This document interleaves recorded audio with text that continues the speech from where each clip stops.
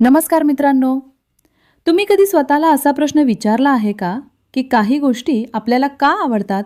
उदाहरणार्थ, पुरुषांना स्त्रियांचे स्तन स्पर्श करायला किंवा दाबायला का आवडतात? हा फक्त एक साधा अट्रॅक्शन आहे का, की यामागे सायन्स, सायकॉलॉजी आणि हजारो वर्षांच्या एव्होल्यूशनचा खोल संबंध आहे? आपल्या समाजात या विषयावर उघडपणे चर्चा होत नाही. त्यामुळे अनेक लोक अर्धवट माहितीवर विश्वास ठेवतात. काही जण मित्रांकडून ऐकलेल्या गोष्टींवर विश्वास ठेवतात, तर काही जण इंटरनेटवर दिसणाऱ्या चुकीच्या माहितीमुळे गोंधळून जातात.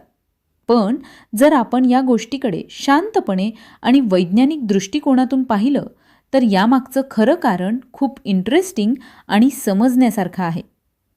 मानवी अट्रॅक्शन ही एक कॉम्प्लेक्स प्रक्रिया आहे, जी आपल्या मेंदू, शरीर आणि अनुभवांवर आधारित असते. जेव्हा एखादी गोष्ट आपल्याला आकर्षित करते, तेव्हा आपल्या मेंदूमध्ये काही केमिकल रिॲक्शन सुरू होतात.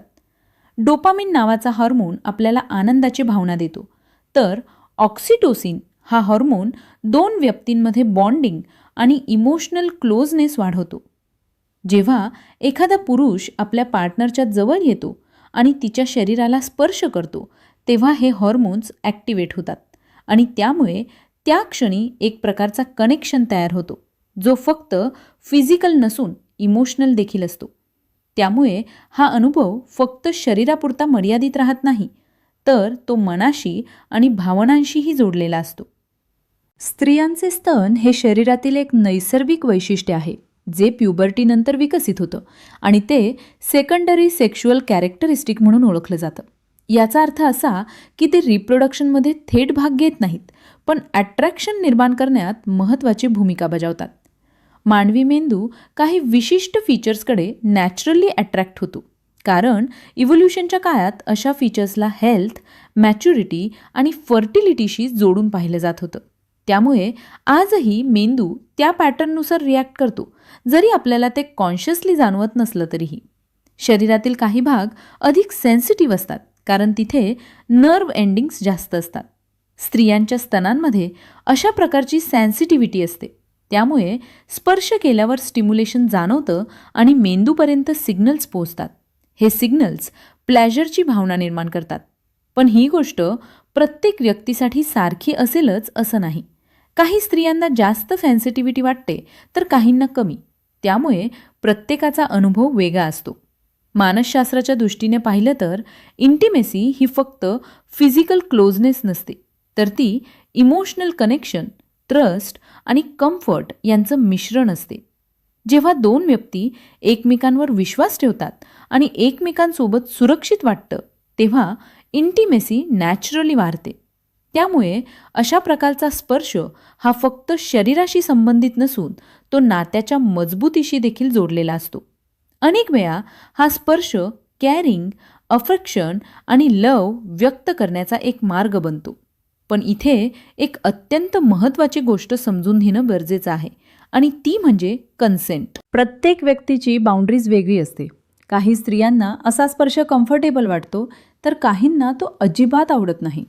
त्यामुळे कोणत्याही नात्यात म्युच्युअल कन्सेंट, रिस्पेक्ट आणि क्लिअर कम्युनिकेशन या गोष्टी सर्वात महत्त्वाच्या असतात. जर या गोष्टींची कमतरता असेल, तर नात्यात गैरसमज आणि समस्या निर्माण होऊ शकतात. त्यामुळे अट्रॅक्शन असणं ही नैसर्गिक गोष्ट आहे, पण त्यानुसार वागणं हे पूर्णपणे आपल्या समजुतीवर आणि जबाबदारीवर अवलंबून असतं. आजच्या काळात इंटरनेट आणि सोशल मीडियामुळे लोकांना अनेक प्रकारची माहिती सहज मिळते, पण त्यातली प्रत्येक माहिती योग्य आणि वैज्ञानिक असेलच असं नाही.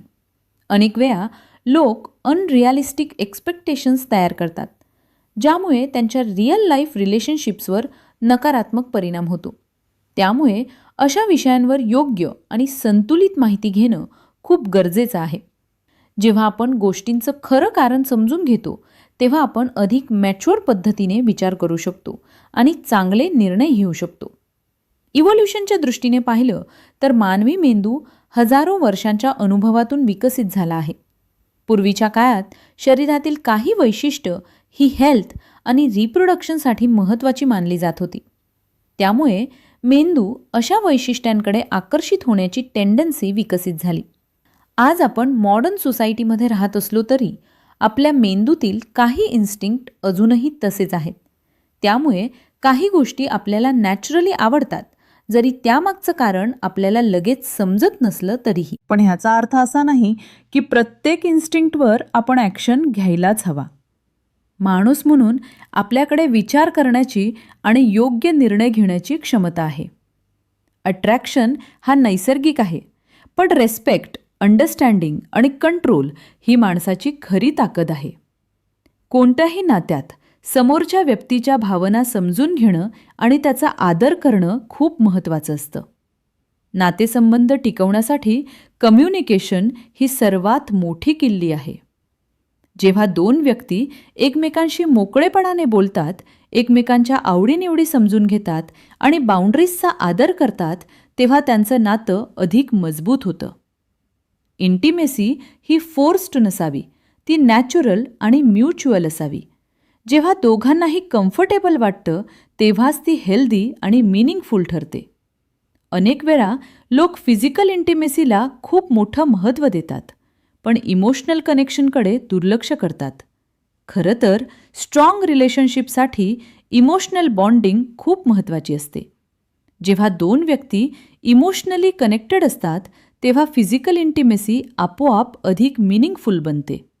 त्यामुळे फक्त शरीरावर लक्ष न देता मन आणि भावना समजून घेणं अधिक गरजेचं आहे. शेवटी अट्रॅक्शन, स्पर्श आणि इंटिमेसी या सगळ्या गोष्टी मानवी जीवनाचा एक नैसर्गिक भाग आहेत. पण त्याकडे पाहण्याचा दृष्टिकोन योग्य असणं खूप महत्त्वाचं आहे. जर आपण या गोष्टी सायन्स, सायकोलॉजी आणि रेस्पेक्टच्या नजरेतून समजून घेतल्या, तर आपण अधिक मॅच्युअर, रेस्पॉन्सिबल आणि हेल्दी रिलेशनशिप्स तयार करू शकतो.